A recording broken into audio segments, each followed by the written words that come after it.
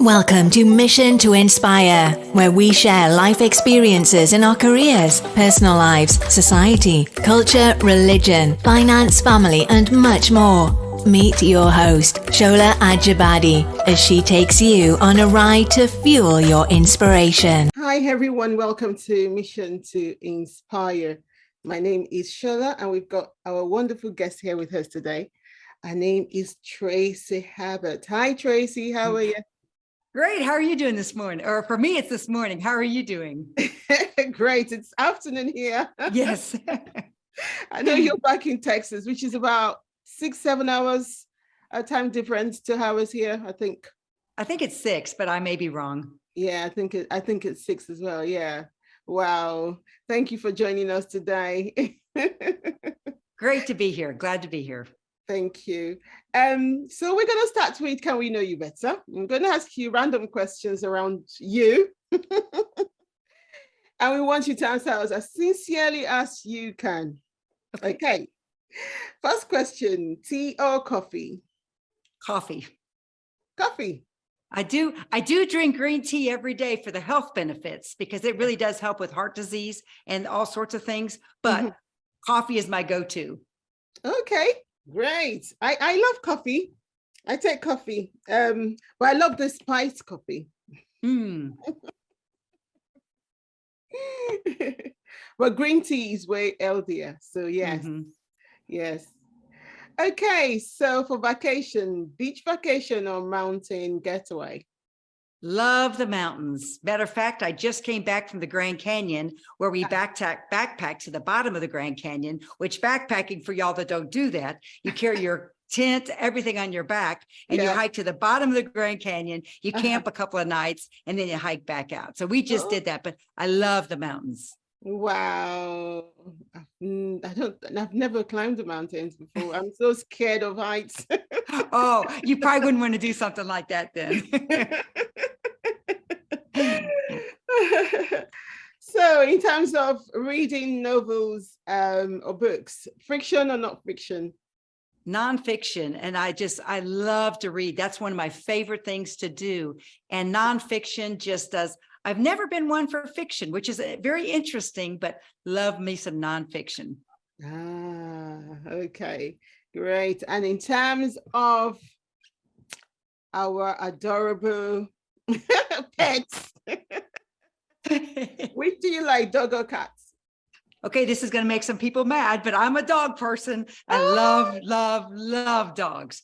Don't care for cats. You don't? Oh my goodness. Cats are so lovely. They're so cute. So are cats too. Yes. Are you a morning person or a night owl? I am a morning person.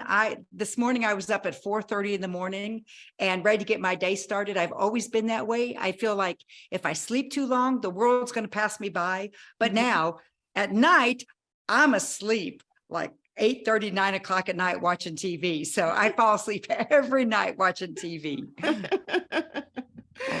Okay, great. So we know you better now. We know you're a morning person. If we want to get to you, we'll come knocking on your door 4:30 a.m. in the morning. Yes. Or I'll be working out. So if I'm not at home, then I'll be at the gym. And when it's holiday season, we know where to get you. We know you'll be mountain climbing. Yes, absolutely. Yep. And also in the evenings, we know that you'll be walking your dog. So you will not be sitting on your couch with the cat. You'll be walking the dog. So yes. Thank you so much for answering those questions. So we feel we know you better now. Thank you. That was fun. So Tracy Herbert, she's a prominent figure in the field of health and wellness. She's a transformational health and longevity coach.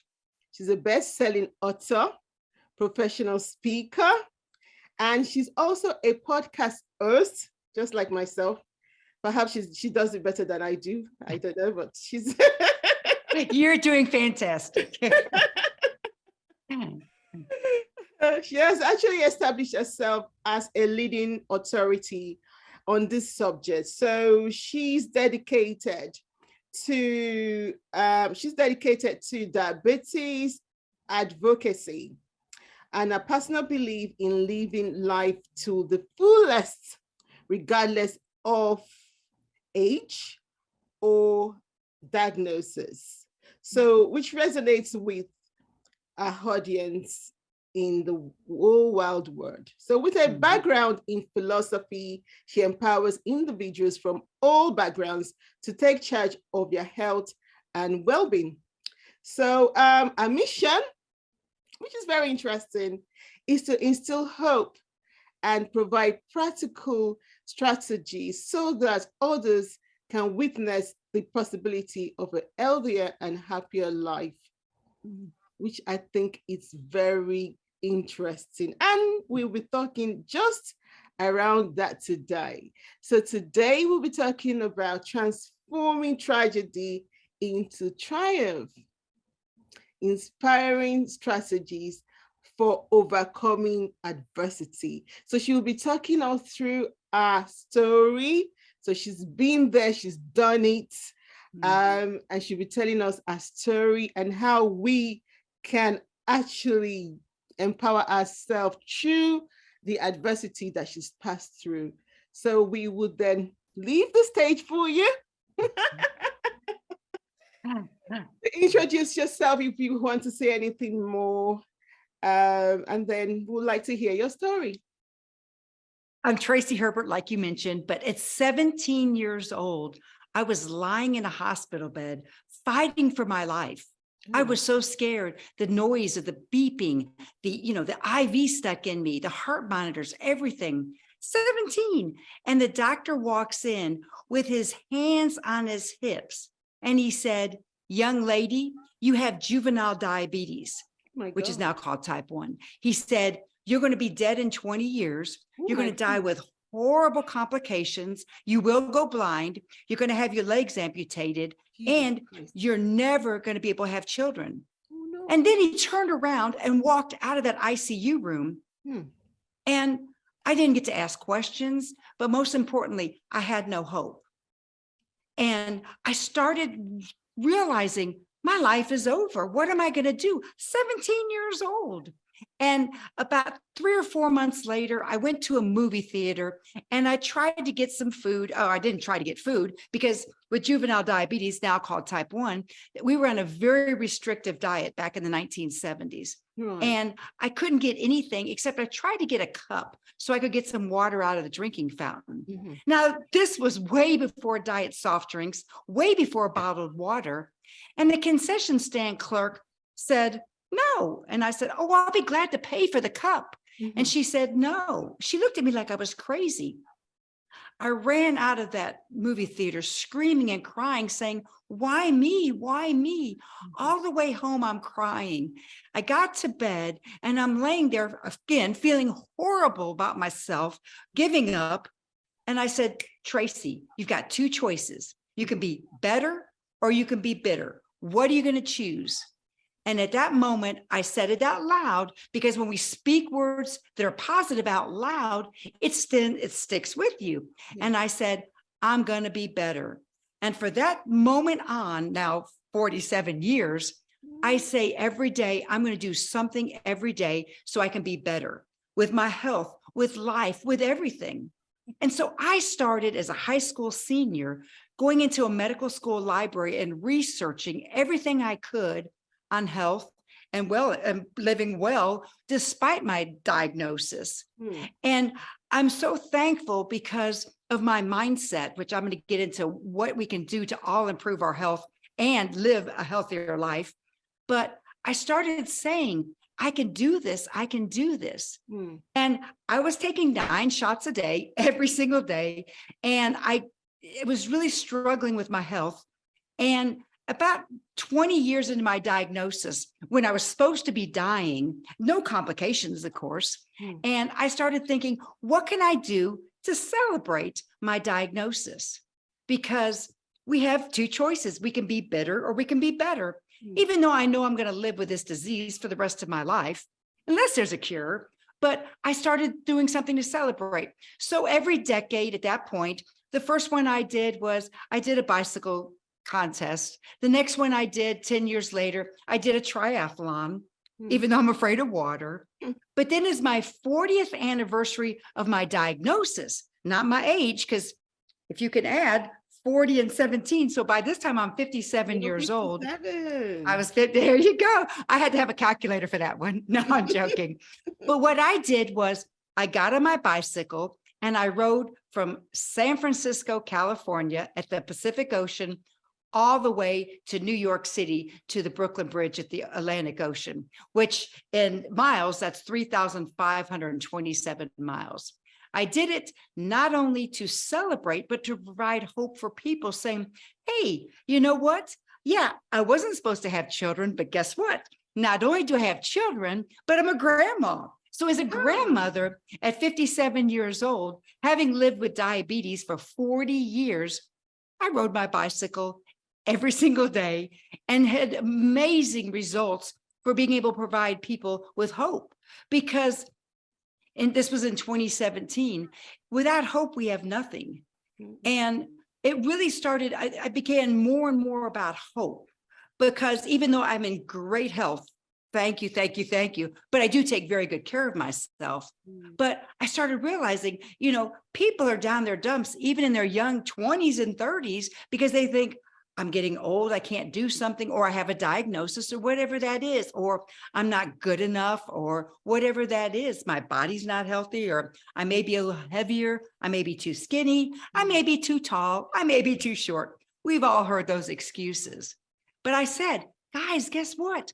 We can do it every day, do something to provide hope and quit thinking the negative stinking thinking. So the question people always ask me, especially doctors, because when I speak, and I speak all over the world, but one time when I've spoken, or several times when I speak to medical professionals, the first question they ask me is, how are you still alive? How do you not have any complications? And what are you doing? And if you don't listen anything else today to this podcast, hear this one thing. You've got to have my 3M formula. And it's so simple. Mind. We have to have the right mindset and realize, yeah, things are challenging, things are difficult, but we can overcome anything. That's true. And mouth. Learn to eat to live, don't live to eat. And move. We got to get off our chairs and move more. Just simple things. One step here, one step there equals 2 steps. And then the next time you look down the road, you're like, look at me, I've gone a half a block or 2 blocks or a mile, whatever works for you. But when you start really realizing these 3 M's, how they all have to work together, not only do you have better health, which you do, but you have more energy. You're more productive. That's one of the things that people always laugh at me. They're like, boy, you don't act like you're in your mid 60s. I'm like, why not? I mean, you know, this is what you're supposed to be like in your mid 60s. That's what really transformed my life about 30 years ago, when I really developed this mind, mouth, and move concept, which is what I wrote my first book on, is the mind, got to have the right mindset, mouth. We have to learn to eat to live, don't live to eat. And move, again, like I said, take the stairs instead of the elevator, park the car further away, go for a walk. Any of those 3 things together is going to really start making a transformation in your life like you'll never believe it's possible, because it really is. Yes, thank you so much for that inspiring story, journey of yours. Wow. I mean, a lot of us go through very little things and we just sit at home and, you know, we don't want to do anything. But hearing that, what you went through when you were 17, at that age, you're so young, taking that in, processing it, and for you to turn it around to make it a positive impact in your life, and to those people around you, around you, and you're actually benefiting the world. You're telling the story, and you've written 3 books, and I know they're all centered around the things that you do, the hope that you wanted us to have and inspiring us about what we can do instead of, just sitting around, not doing anything, just moaning. So thank you so much for sharing your story and journey. You said you have children now. Yes. Wow. Yes. And again, I wasn't supposed to have children. I'm a grandmother. I'm so thankful. But if I can offer one piece of encouragement, because you're all about hope also and inspiring people, is I met a lady in Sacramento, California, while I was waiting for the light to turn green, while I was riding my bicycle across the United States. And I just had that gut feeling. Sometimes you get a gut feeling that somebody needs to talk. And I got off my bike and I started talking to her. And she was a lovely, lovely young lady. And she was probably in her early 30s, a beautiful smile, but she was morbidly obese. And she started telling me I have to wait for my brother to come pick me up. Even though our house was only like 4 houses away, she could not walk from the bus stop to her house. And she kept saying, I just can't do anything. Well, the health coach in me came out and I said, could you walk to your driveway? And just for the split second, she said, I think I can. I said, walk to your end of your driveway, rest, and then walk back. And then start doing something like that every day. That's why I keep saying small steps equals big changes. And by the time I got into New York City, I got the lovely text message from this woman. And she said, not only have I lost so much weight, I can't believe I did, but I just signed up for my first 5K run. A walk. And she was saying, I couldn't even walk 2 or 3 houses down to my house. And now I'm doing my first 5K. And that is truly amazing. And she just needed somebody. It could have been anybody, but I was so thankful it was me that I got to talk to her. But she just needed a little bit of help and a little bit of strategy just to take that first step. And when you take that first step in whatever journey you're is, it may not be health. It may be starting a business. It may be, doing something crazy like going for a backpacking trip or something. But you take that first step. And I always say that first step is always the hardest because you don't know if you can do it. But the second step, it gets easier. And that's what this young lady did in Sacramento, California. And she is just a changed woman with hope, because without hope, we have nothing. That's true. Without hope, we have nothing. Yeah. So how can we connect with you if we want to? I'm on all social media platforms pretty much. Tracy Herbert, TracyHerbert, or on Instagram, I'm Tracy Herbert Wellness. But more importantly, you can go to my website, tracyherbert.com. You can also watch a short video of my bicycle ride. It's like a 3-minute clip, but I have free resources because my mission in life is not just to provide hope, but to help people make minor tweaks in their health where they can have the energy in their 40s, 50s, 60s, 80s, whatever their age is, to have the energy and to be healthier than they were the day before. So I offer some great free resources because together we're stronger. And if you get these resources, then you might be able to help your next door neighbor or somebody you met at the bus stop, whatever that is. But tracyherbert.com, and it's real easy at the top of my website to find the free resources. Thank you. Thank you for that. I would put that in the description and in the show notes anyway, so for people to be able to reach you if they want to. Okay. Thank you. So what personal strengths or qualities do we tap into to help us navigate through the challenges or the challenging times and transform this tragedy into triumph? Well, it doesn't happen overnight. No, I mean, nothing happens overnight. And for me, it was probably 1.5 years before I even got over the depression at 17 that I found out. But when you start making minor changes, and I'm a very positive person, not all the time, but keep positive things around your house, around your office, notes, listen to positive books. There's so many great YouTube videos out there, and just start making some minor shift in your mind, your thinking, because getting rid of that stinking thinking is so challenging, especially after what we've all gone through the last few years with horrific things around the world with COVID and everything. You know, we were all kind of feeling like the world was coming to an end. And now it's fun to see people excited again, saying, okay, we're out in nature again, we're out around people.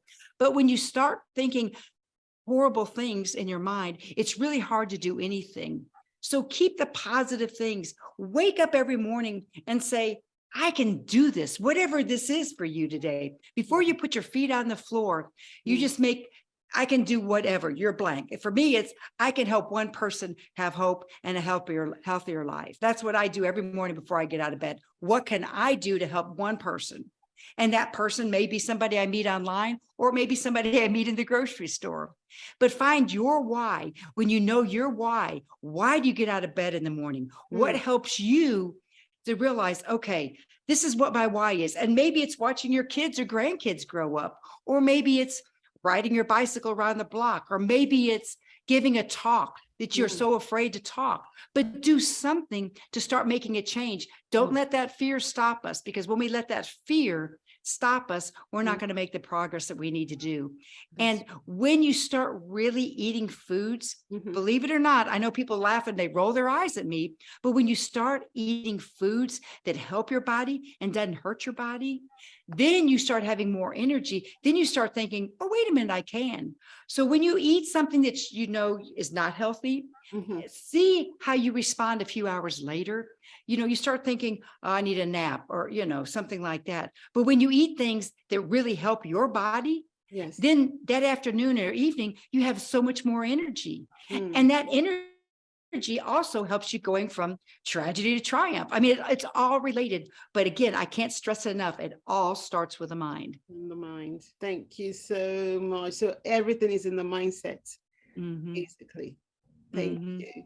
Thank you. So how can we reframe our perspective on adversity and view it as an opportunity for personal growth, resilience, and ultimately triumph?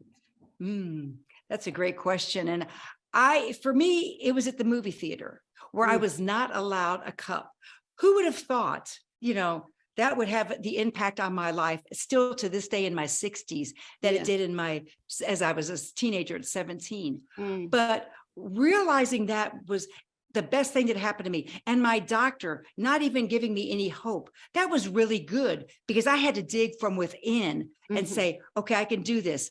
But when you change from being bitter to better, it really does make a difference. But it doesn't happen overnight. That's why I was saying positive things, being around positive people. I always say, who's in your group? You know, those people in your group who will encourage you to say, hey, are you down today? Are you up? You know, those people in your group that say, hey, did you go for a walk today? Or did you go for a run? Or those people that said, should you have had that donut instead of an apple or something?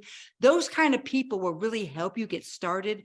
But you got to muster it up from inside, and you just have to take control of your own thoughts and say, I can do it. And, you know, as long as we have breath, we can make change.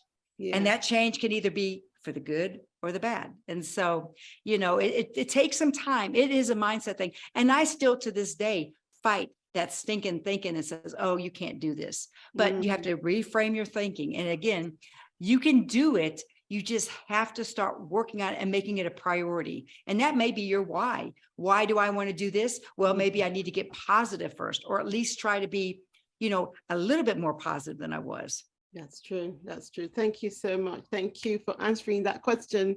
Thank you. So listening to your story, which is actually very empowering, and is an example of, you know, as an example of who has overcome all this tremendous adversity and achieved this triumph, and you're inspiring and giving that, you know, that story of hope to people. What are the aspirations? But what are your aspirations now, though? Because I know that over the years you have aspirations, and then they must have grown over the years. What are your aspirations now? My aspirations, I'm trying to plan, and trying is not a good word, but I'm planning some kind of an epic celebration milestone for my 50th anniversary of my diagnosis, which is coming up in a couple of years. And I'm thinking about, I really would like to do the, maybe the Camino de Santiago, the pilgrim walk, or maybe ride my bicycle, maybe go, I don't know, but I'm working on that now. I just haven't come up with something because I am a goal setting person, and I like to celebrate things. And so I'm just trying to figure out what to do. I've had several people ask me to do certain things, but I'm still holding back to decide exactly what it's going to be. So we will know nearer the time. Yes, because I haven't quite decided it yet. But again, it's to keep me moving, to keep me thinking positively, and again, to inspire others to never, ever, ever give up hope. To give up. Okay, thank you. So that's it then. We are inspired not to give up hope. She always olden. Yes. Thank you so much. So, what practical steps can we implement then to take control of our circumstances and learn from your challenges? Well, I'm a firm believer in journaling. And if it's something that's very painful, you write it down and then, light it on fire, obviously in a safe environment, and then let it burn. And then you're letting go of those negative feelings or negative things that you have in your life. But it goes back again to the mind, mouth, and move, the 3 M's, because when you start making those changes and you start getting rid of the things that are internally bothering you and reducing stress and sleeping more, your whole life is just transformed. I wish I could just tell you one step, but it's a multiple year, multiple day, whatever, however you want to look at it. But start making small changes today, right now, and then you'll be shocked at what you see in whatever your struggles and challenges are in another couple of weeks, and then a month, and then a year. But I'm a firm believer in journaling, because journaling is so important, and it gets us off thinking of getting out of our minds. And maybe, writing down something before you go to bed at night that you're thankful for. Because then you're going to bed and you're sleeping, you're thinking of thankfulness instead of something negative that's going on in your life. It's true, which is true. And what we think about before we go to bed, actually, it affects our sleep and the dreams as well. So, it does. Yes. Thank you for that advice. Thank you so much. And then, your experience of overcoming tragedy and adversity. I know you've been using the positive impact to transform that message to people, to inspire them, for them to have hope and never to give up. But what else can you do? What else have you done, which has created positive impact in the lives of people around you, and even to us, your listeners right now? I am, this is a free thing, but smile. And smile at other people, because when we smile, it helps our endorphins, but it also helps people around you realize that, wait a minute, she's happy or he's happy, I should do that too. And be kind, because in this world, we've got to be kind. I mean, hey, y'all, we may live in different parts of the world, but we're all on the same planet that we, this planet rock that we live on, and when we really smile and are kind, it makes such a difference. And we think it makes difference for other people, but it really does it for us. And treat people the way you want to be treated. That's, life is too short to be rude to people, to be mean, especially to ourselves. I mean, we also have to change our stinking thinking about ourselves too. That's very true. Treat other people the way you want to be treated. I think that sums it up. Yeah. Thank you so much. Any inspirational advice for us today? Never give up. Keep going. Keep going and never, ever give up. There's some bad days, there's some good days, but just focus on doing something every day to change your life, and whatever that is. And you're going to start seeing almost instantly, but you really have to start making the changes. I wish I could do it for your listeners. I wish I could, but it's up to us to make those kind of changes. And like I said, be kind, be happy, smile, watch some funny shows or something, you know. That's very true. Keep smiling. And you know, smiling is medicinal. Mm-hmm. Mm-hmm. Yeah. For people that don't want to have wrinkles too early in their lifespan, they should keep smiling. That's right. You're 50, 57? No, that's what I was when I rode my bike across the country. No, I'm 64 now. You're 64 now? Mm-hmm. Look at you. Look at your face. It's great. I eat very carefully. There's food. Food can damage our skin more than anything else. So at 64, I want to look young, just like you. Start today. Start now. Don't wait until then. Sure. Thank you. Thank you for coming on our show. It's been so much fun. We've laughed, we've smiled, and hopefully we've encouraged some people. Yes, definitely. We've encouraged some people. And thank you, everybody, for joining us today. We really appreciate you. Thank you. Until next time, it's bye from me and from Tracy. Bye. Bye. Thank you for joining us today on Mission to Inspire. Subscribe if you have not already done so. Like, comment, leave a message. Let's stay connected. Let's jointly inspire the world.